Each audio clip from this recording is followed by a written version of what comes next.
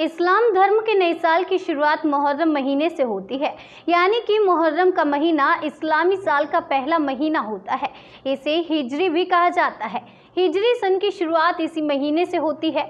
यही नहीं, मुहर्रम इस्लाम के 4 पवित्र महीनों में से एक है। इस बार मुहर्रम का महीना अंग्रेजी की तारीख 21 अगस्त से शुरू हो गया है, जो कि 20 सितंबर तक रहेगा। इस महीने की 10 तारीख को हजरत इमाम हुसैन की शहादत की याद में मातम का पर्व मुहर्रम मनाया जाता है। इस दिन हजरत इमाम हुसैन के फॉलोवर्स फातिहा दिलाकर व तबरुक बांटकर इमाम हुसैन की याद में खिराज अकीदत पेश करते हैं। इमाम हुसैन और उनके फॉलोवर्स की शहादत की याद में दुनिया भर में मुस्लिम मुहर्रम मनाते हैं। इमाम हुसैन पैगंबर मोहम्मद के नाती थे, जो करबला की जंग में शहीद हुए थे। मुहर्रम क्यों मनाया जाता है, इसके लिए हमें तारीख के उस हिस्से से जाना होगा जब इस्लाम में खिलाफत यानी खलीफा का राज था। ये खलीफा पूरी दुनिया के मुसलमानों का प्रमुख नेता होता था। पैगंबर साहब की वफ़ात के बाद 4 खलीफा चुने गए थे।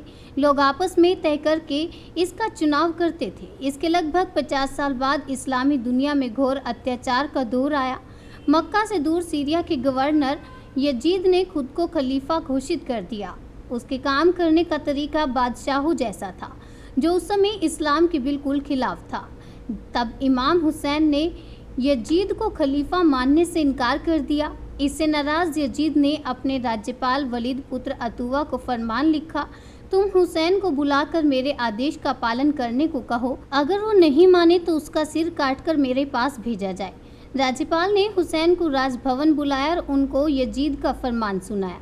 इस पर हुसैन ने कहा, मैं एक व्यभिचारी, भ्रष्टाचारी और खुदा रसूल को ना मानने वाले यजीद का आदेश नहीं मान सकता। इसके बाद इमाम हुसैन मक्का शरीफ पहुंचे ताकि हज पूरा कर सके। वहां यजीद ने अपने सैनिकों को यात्री बनाकर हुसैन का कत्ल करने के लिए भेजा। इस बात का पता हुसैन को चल गया, और लेकिन मक्का ऐसा पवित्र स्थान है जहाँ किसी की भी हत्या हराम है। इसलिए उन्होंने खून खराबे से बचने के लिए हुसैन ने हज के बजाय उसकी छोटी प्रथा उम्रा करके परिवार सहित इराक चले गए। मुहर्रम महीने की 2 तारीख 61 हिजरी को हुसैन अपने परिवार के साथ करबला में थे। 9 तारीख तक यजीद की सेना को सही रास्ते पर लाने के लिए समझाइश देते रहे, लेकिन वो नहीं माने। इसके बाद हुसैन ने कहा, तुम मुझे एक रात की मोहलत दो ताकि मैं अल्लाह की इबादत कर सकूं। इस रात को आशूर की रात कहा जाता है। गले दिन जंग में हुसैन के 72 फॉलोवर्स मारे गए।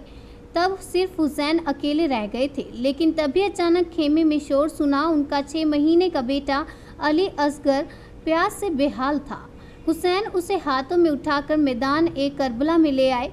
उन्होंने यजीद की फौज से बेटे को पानी पिलाने के लिए कहा, लेकिन फौज नहीं मानी और बेटे ने हुसैन के हाथों में तड़प कर दम तोड़ दिया। इसके बाद भूखे प्यासे हजरत इमाम हुसैन का भी कत्ल कर दिया गया। हुसैन ने इस्लाम और मानवता के लिए अपनी जान कुर्बान की थी। इसे आशूर यानी मातम का दिन कहा जाता है। इराक की राजधानी बगदाद की दक्षिण पश्चिमी के करबला में इमाम हुसैन और इमाम अब्बास के तीर्थ स्थल हैं। न्यूज़ ऑफ भारत के लिए मध्य प्रदेश से स्टेट हेड इमरान खान की रिपोर्ट।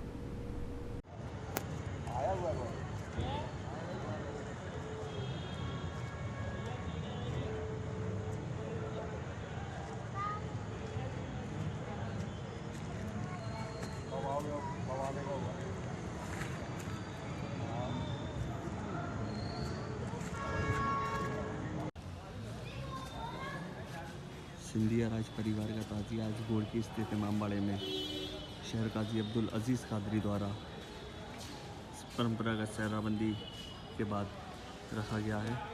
इस मौके पर बालखांडे जी, अनवर दाऊद जी, अब्दुल समद कादरी, शरीफुद्दीन न्याजी, अब्दुल सईद आदि लोग मौजूद थे।